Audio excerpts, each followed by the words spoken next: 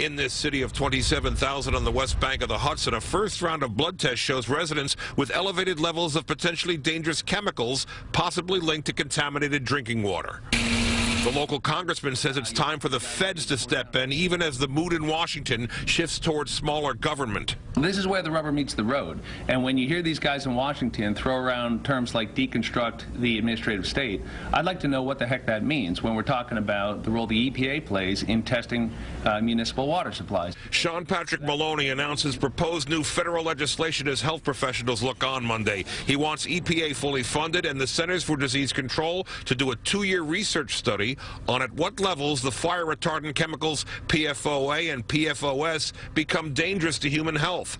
New York State's health commissioner warns there are as many as 700 places like Newburgh with compounds in their water nationwide. We want CDC to look at this picture nationally. Locally, the chemicals were in firefighting foam used during training exercises here at Stewart Air National Guard Base. They're now being found at 4 times the expected level among Newburgh residents. Runoff from the air base goes directly into Lake Washington, which is Newburgh's water supply. It's in the water, and it may be in the lake bed as well. Until the issue is resolved, Newburgh has to get its drinking water from somewhere else. We're using New York City's water coming through the Catskills Aqueduct. We can no longer rely upon Washington Lake. The Department of Defense has already agreed to make additional water and soil samples this spring, but money for research is up in the air until the budgets for the EPA and CDC are worked out in Washington. We're in Newburgh, Orange County. Lou Young, CBS 2 News. Now, very high levels of the chemicals in question have been known to cause liver and kidney problems, as well as spikes in cholesterol levels.